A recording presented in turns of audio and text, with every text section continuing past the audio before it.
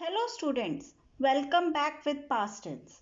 I had already explained you about past indefinite tense. उस video का link मैंने description में दिया है.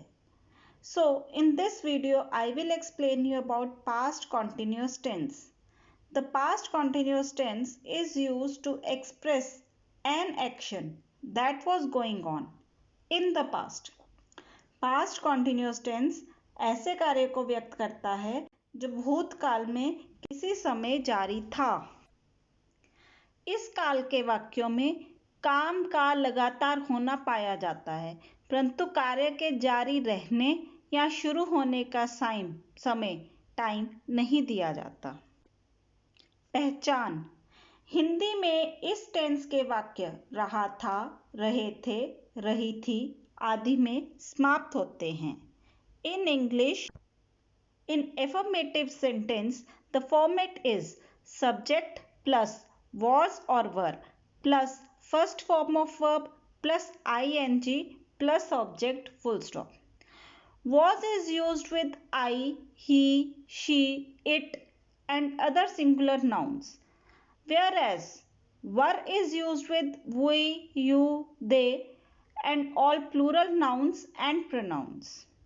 Let's have a look at a few sentences. Ram Lanka में युद्ध कर रहा था. Ram was fighting in Lanka. हम घर जा रहे थे. We were going home. तुम सर्दी से कांप रहे थे. You were shivering with cold. The action so mentioned must be going on at a point of time or a period of time in the past. For example, he was digging the well at 10 a.m. yesterday. Here we have 10 a.m. so it is point of time. वह कल सुबह 10 बजे कुएं की खुदाई कर रहा था. कर तो वो कल रहा था, बट टाइम दिया गया है 10 बजे, तो वो हो गया पॉइंट ऑफ टाइम मेंशन्ड है. He was digging the well all the day. यहाँ पे पीरियड ऑफ टाइम है कि पूरा दिन. वह पूरा दिन कुएं की खुदाई करता रहा था. Now, an action that was in progress when another action took place. ऐसे एक्शन का वर्णन करने के लिए जिनके साथ when वाला एडवर्ब क्लॉज लगा हो तो पास्ट इंडेफिनिट टेंस में दे रखा हो. For example, she was reading a book when I entered the room. जब मैं कमरे में दाखिल हुआ तब वह एक किताब पढ़ रही थी. उस समय वो क्या कर रही थी?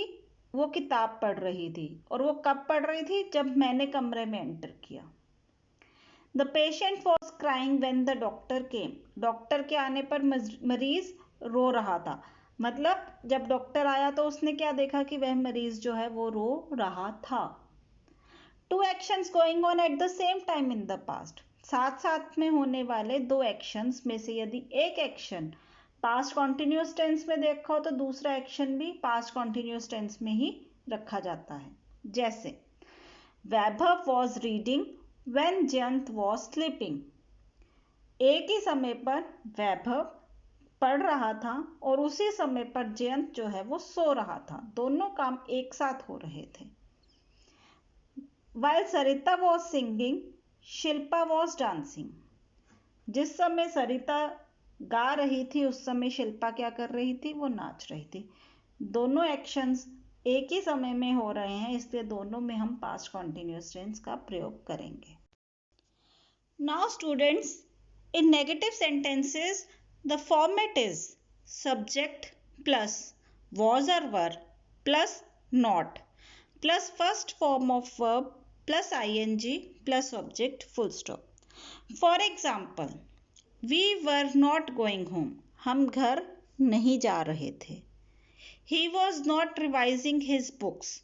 वो अपनी किताबें रिवाइज नहीं कर रहा था.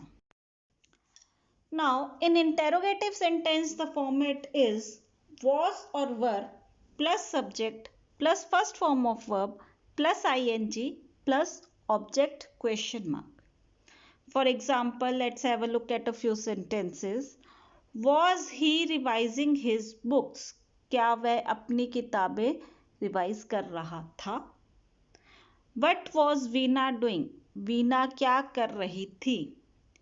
यहाँ हम सबसे पहले क्या का ट्रांसलेट करते हैं और उसके बाद was और were लगा के फर्स्ट फॉर्म ऑफ वर्ब के साथ ing का इस्तेमाल करते हैं. Why were you wasting your time? तुम अपना समय क्यों बर्बाद कर रहे हो?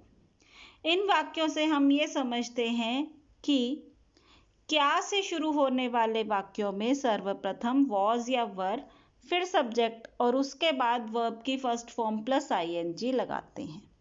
और यदि प्रश्नवाचक शब्द क्या, कब, क्यों, कहाँ आदि वाक्यों के बीच में हो तो इसकी अंग्रेजी means what, when, where, why etcetera वो लगाकर was या were से पहले लगाते हैं और फिर हम उसके बाद was were लगाते हैं, फिर सब्जेक्ट प्लस उसके बाद वर्ब की फर्स्ट फॉर्म के साथ ing लगाते हैं.